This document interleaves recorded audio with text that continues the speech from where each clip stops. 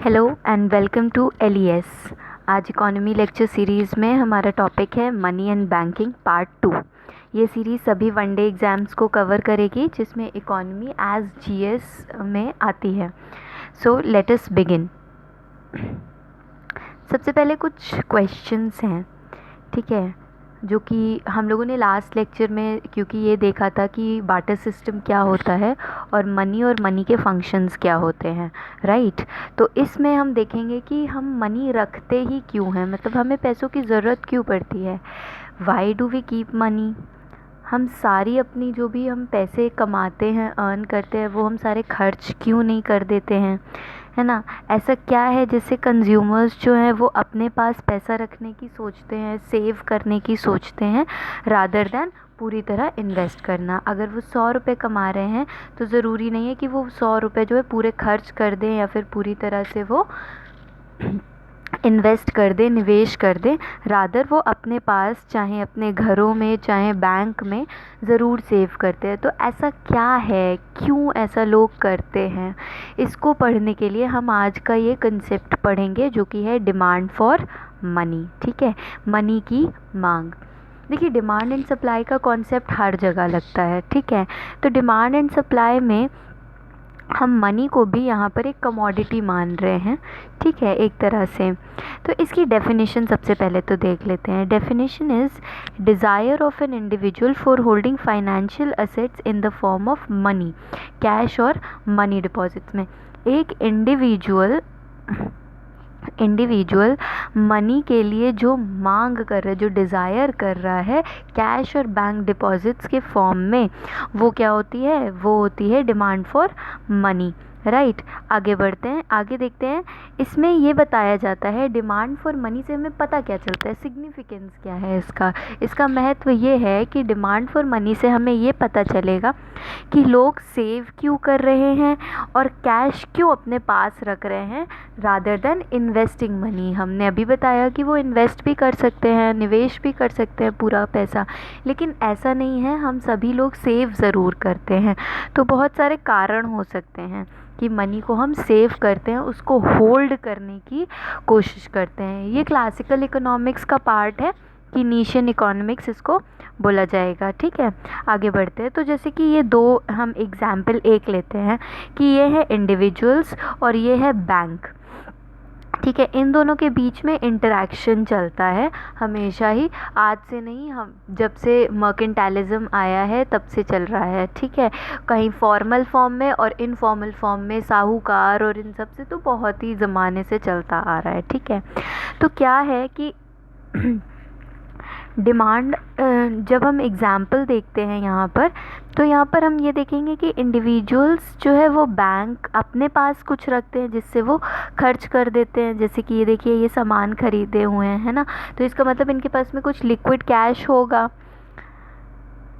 या फिर ये लोग ये करते हैं कि बैंक में जाकर सेविंग्स अकाउंट खोल लेते हैं, राइट। आप सभी लोगों का सेविंग्स अकाउंट होगा, तो ये सेविंग्स अकाउंट खोल लेते हैं। तो ये दोनों ही फॉर्म में क्या हो रहा है, लिक्विड कैश है एक तरह से। लिक्विड कैश का मतलब है तरल कैश का मतलब है कि जब आपने डिमांड करी मनी की तब आपके पास में होनी चाहिए। सेविंग्स अकाउंट का भी है, आप जब चाहें बैंक को में सेविंग्स अकाउंट जाके बंद करा लें और आपको पैसा मिल जाएगा। लेकिन क्या कभी ऐसा एफडी और या फिर रिकरिंग डिपॉजिट में होता है? ऐसा नहीं होता है। या फिर आपने किसी बॉन्ड में डाल दिया है या कोई ज़मीन खरीद लिया है तो ऐसा होगा कि आपको तुरंत पैसा मिल जाए? नहीं होगा। लेकिन सबसे लिक्विड फॉर्म क्या होता है, जो हमारे हाथ में कैश होता है। और दूसरा लिक्विड फॉर्म सेविंग्स फॉर्म में भी होगा और करंट फॉर्म में भी होगा कि जब चाहें तब हम कैश ले सकते हैं, ठीक है। तो ये जो है, यही डिमांड फॉर मनी है, कैश और बैंक डिपॉजिट्स के फॉर्म में जो मनी होती है हमारे पास में, इंडिविजुअल्स के पास में, जिससे कि वो जब चाहें तब उसको सीधा सीधा कहीं पे भी यूज़ कर सकें, वही होगी उसकी डिमांड फॉर मनी। मतलब कि वो ब्लॉक नहीं कर रहे हैं, ठीक है, ब्लॉक नहीं करते हैं अपने पैसे को, उसको एकदम जमा नहीं देते हैं किसी लैंड में या किसी बॉन्ड को खरीद कर जिसकी एक पर्टिकुलर मैच्योरिटी वैल्यू होगी, है ना। ये समझ आया। आगे बढ़ते हैं। अब इसके फैक्टर्स क्या होते हैं, तो बेसिकली दो मेन फैक्टर्स हैं। पहला है इनकम ऑफ इंडिविजुअल और दूसरा है इंटरेस्ट रेट्स। इन दोनों को समझने की कोशिश करते हैं।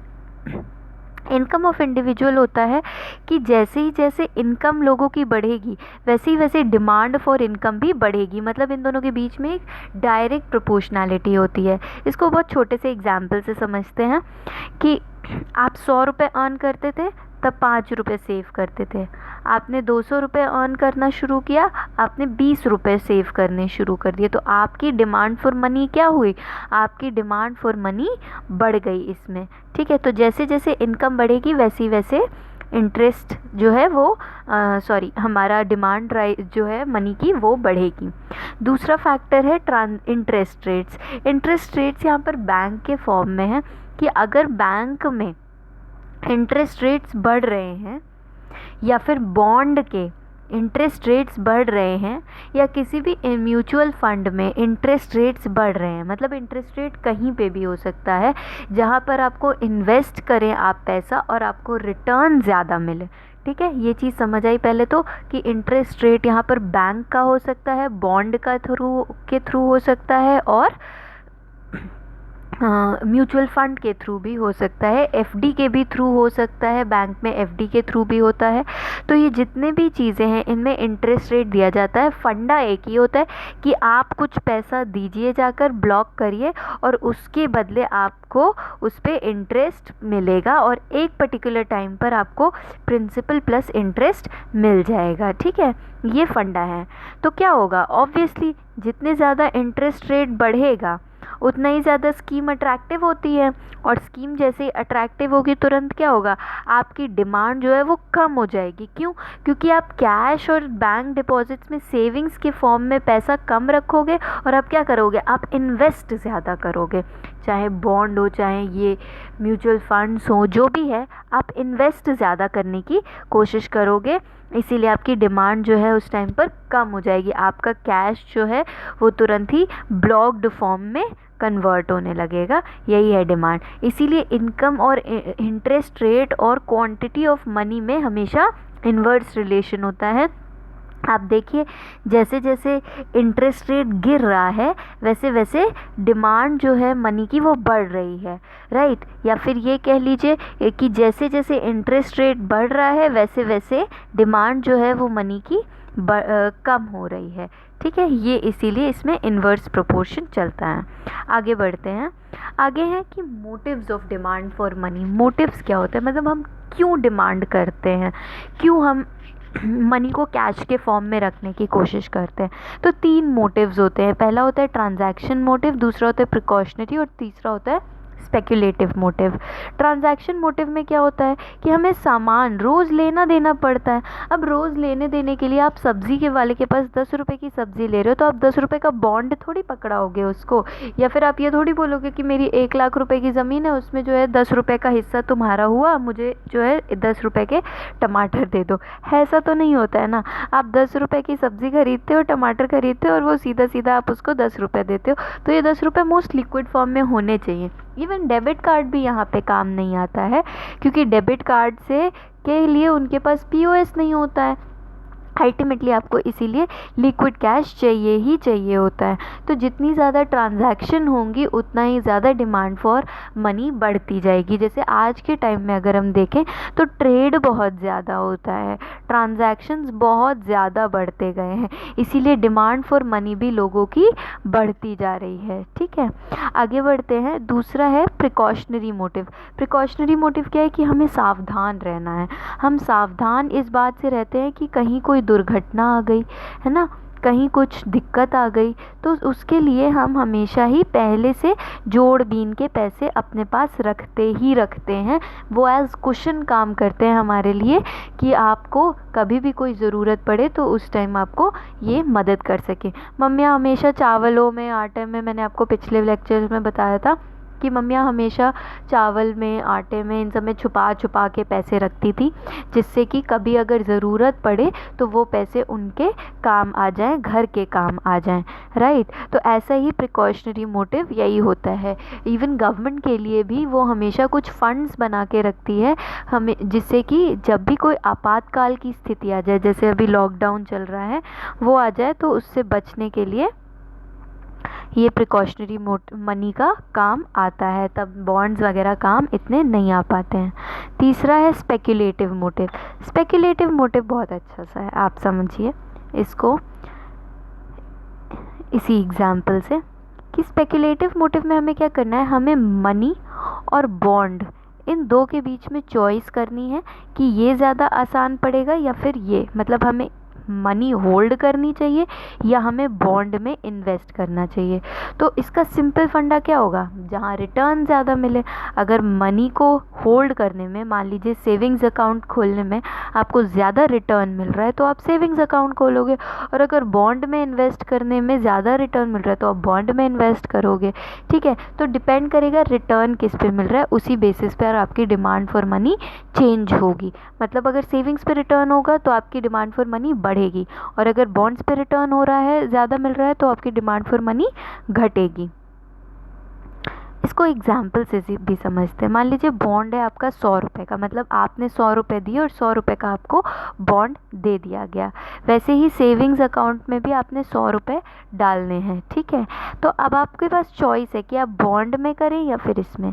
जब आपको इसमें बताया गया कि आपको 1 साल के बाद में यहाँ पे 120 रुपये मिल जाएंगे, और वहीं सेविंग्स अकाउंट में आपको 1 साल के बाद में 115 रुपये मिलेंगे, तो यहाँ पे किसका रिटर्न हाई है, रिटर्न बॉन्ड का हाई है। तो इसीलिए आप इन्वेस्ट करोगे, आपका लिक्विड कैश बॉन्ड्स की तरफ टर्न होता जाएगा, मूव करता जाएगा, और डिमांड फॉर मनी जो है वो कम होती जाएगी, है ना। लेकिन एक टाइम ऐसा आएगा जब इसमें कंपटीशन बढ़ेगा, जिससे कि बॉन्ड की ही प्राइस बढ़ेगी। बॉन्ड की ही प्राइस मान लीजिए 115 रुपये हो गई और मैच्योरिटी के बाद आपको 120 रुपये मिले, तो यहाँ पर रिटर्न कितना आया, 5 रुपये आया। मतलब आपका रिटर्न जो है वो कम हो गया है, तो बॉन्ड्स अनअट्रैक्टिव हो गए। अब आपको बॉन्ड्स में फ़ायदा नहीं मिल रहा है, तो फिर से क्या होगा, फिर से आप सेविंग्स की तरफ मूव करोगे, और आपका जो बॉन्ड का पैसा है वो फिर से लिक्विड कैश में कन्वर्ट होने लगेगा। और यही प्रोसेस लिक्विड कैश से बॉन्ड की तरफ और बॉन्ड से लिक्विड कैश की तरफ घटती बढ़ती रहती है। ठीक है, लेकिन फंडा एक ही याद रखना है कि बॉन्ड में इन्वेस्टमेंट होगा तो डिमांड फॉर मनी कम हो रही है, और अगर सेविंग्स में इन्वेस्ट हो रहा है तो डिमांड फॉर मनी बढ़ रही है। ठीक है, तो स्पेक्युलेटिव मोटिव ये कहेगा कि जिसमें हमको रिटर्न की ज़्यादा आशंका है, जिसमें हमको ये लग रहा है, एक्सपेक्ट कर रहे हैं कि इसमें रिटर्न ज़्यादा मिलेगा, हम उसकी तरफ बढ़ते हैं। ठीक है, जहाँ से हमको रिटर्न्स कम मिलने की एक्सपेक्टेशन होती है, हम वहाँ से हटने लगते हैं। ठीक है, ये होता है स्पेक्युलेटिव मोटिव। बिल्कुल सिंपल सा कंसेप्ट है, आई होप आपको समझ आ गया होगा।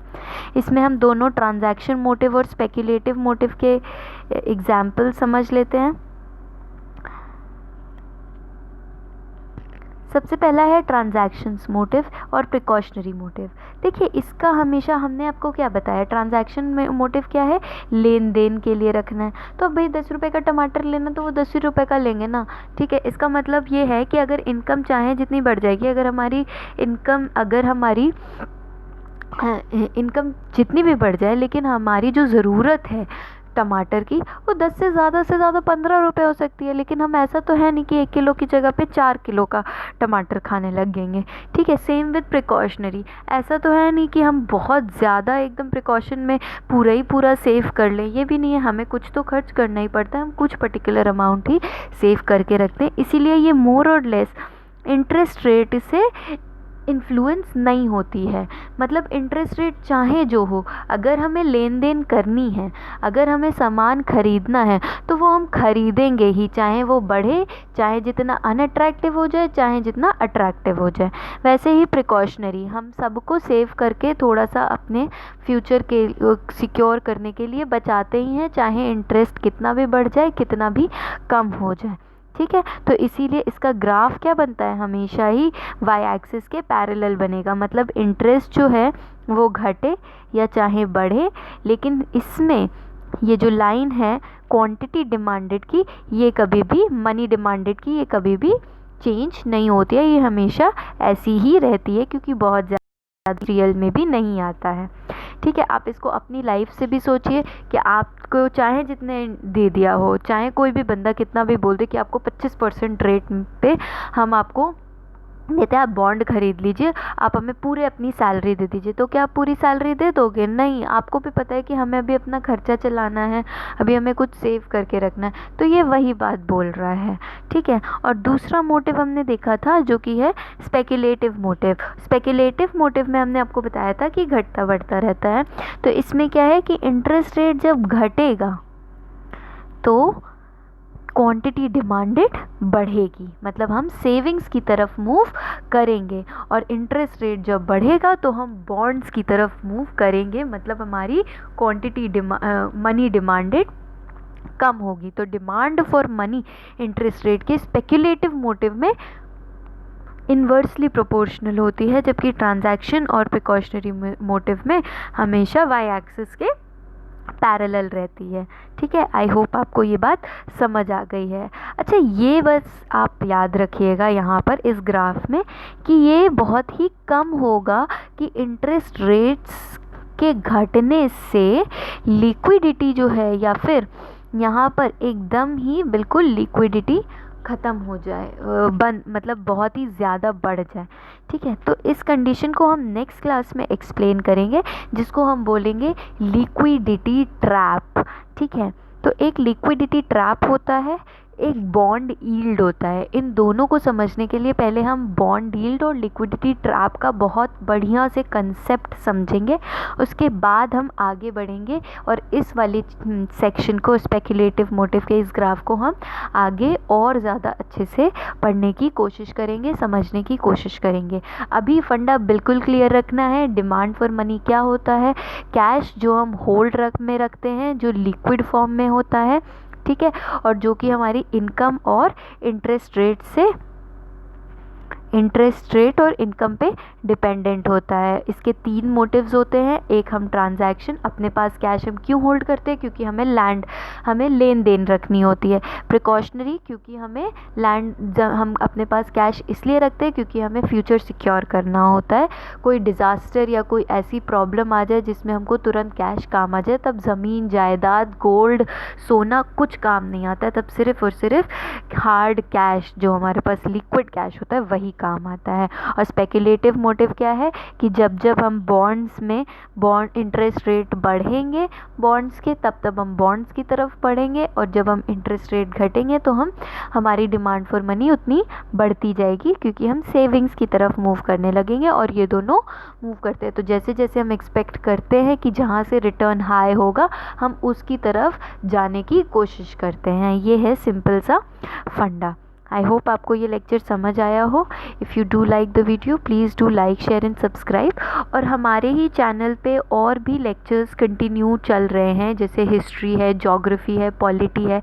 तो अगर आपको कंसेप्ट बिल्डिंग करनी है, अगर आपको बिल्कुल स्क्रैच से स्टार्ट करना है कुछ भी, तो बहुत शॉर्ट कॉम्प्रिहेंसिव एनालिसिस आपको इंग्लिश के लिए भी, history and polity and geography, mathematics, ये सारे सब्जेक्ट्स आपको हमारे चैनल पे ज़रूर अवेलेबल होंगे। Thank you so much.